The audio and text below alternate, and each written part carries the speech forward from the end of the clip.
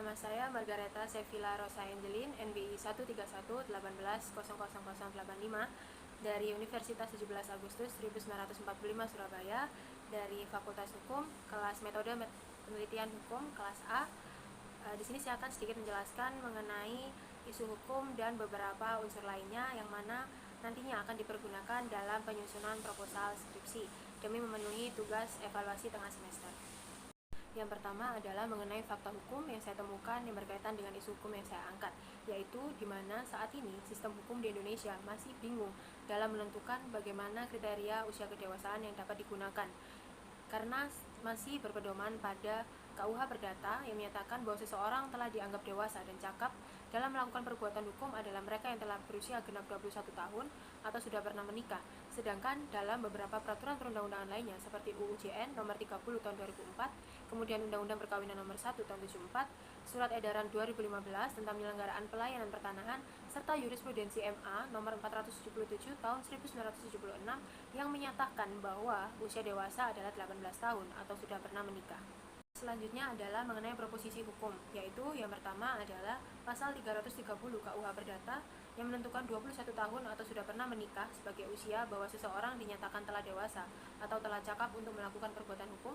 Dan yang kedua adalah pasal 39 ayat 1 Undang-Undang Jabatan Notaris nomor 30 tahun 2004 yang menentukan usia kedewasaan seseorang yaitu 18 tahun atau sudah pernah menikah. Yang selanjutnya adalah isu hukum yang akan saya gunakan, yaitu apa kriteria kedewasaan dalam sistem hukum di Indonesia. Yang selanjutnya adalah metode pendekatan yang akan saya gunakan dalam penelitian. Yang pertama adalah metode pendekatan dengan jenis statute approach atau pendekatan perundang-undangan.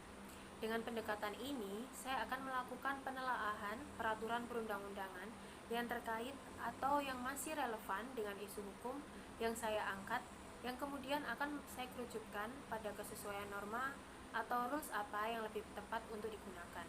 Kemudian metode pendekatan kedua yang saya gunakan adalah conceptual approach atau pendekatan konsep. Dengan pendekatan ini, saya menggunakan beberapa pandangan para ahli yang bisa berupa pengertian-pengertian hukum, konsep hukum, serta asas-asas hukum yang terkait dengan isu hukum yang saya buat, di mana nantinya dasar-dasar konsep tersebut akan saya gunakan sebagai pijakan dalam membangun argumentasi hukum dalam penelitian nantinya. Yang selanjutnya adalah jenis dan bahan sumber hukum. Karena metode yang akan saya gunakan dalam penelitian nantinya adalah normatif, maka penelitian saya akan menggunakan jenis bahan dan sumber hukum, yaitu yang pertama primer, berupa peraturan perundang-undangan seperti Kitab Undang-Undang Hukum Perdata, Undang-Undang Jabatan Notaris nomor 30 tahun 2004, kemudian Undang-Undang nomor 1 tahun 1974 tentang perkawinan, kemudian Jurisprudensi nomor 477 tahun 1976, kemudian SE atau Surat Edaran nomor 4/SE/1/2015 tentang batas usia dewasa dalam rangka pelayanan pertanahan. Kemudian jenis bahan dan sumber hukum yang kedua adalah sekunder, yaitu berupa literatur yang terkait atau yang masih relevan, kemudian skripsi-skripsi yang menjadi pendahulu, dan yang terakhir adalah jurnal-jurnal ilmiah ilmu hukum. Kemudian yang selanjutnya adalah teknik pengumpulan bahan hukum. Bahan hukum yang dipilih akan dikumpulkan atau diinventarisasi, kemudian akan dilakukan identifikasi peraturan perundang-undangan, serta mengklasifikasikan bahan hukum sesuai dengan permasalahan penelitian.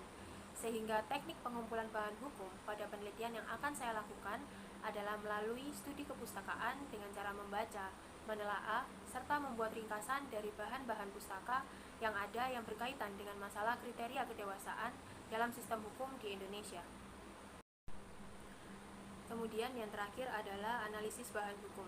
Analisis dari penelitian yang akan saya lakukan ini dengan menganalisa dan membuat suatu kesimpulan dengan pemikiran dari saya sendiri dengan menggunakan dasar dari bahan-bahan kajian pustaka. Dari penelitian secara normatif ini nantinya akan menghasilkan sebuah pemikiran yang bersifat preskriptif, yaitu di mana analisis yang saya lakukan ini nantinya akan memberikan penilaian tentang objek yang diteliti yang juga akan memberikan saran atas permasalahan yang diteliti.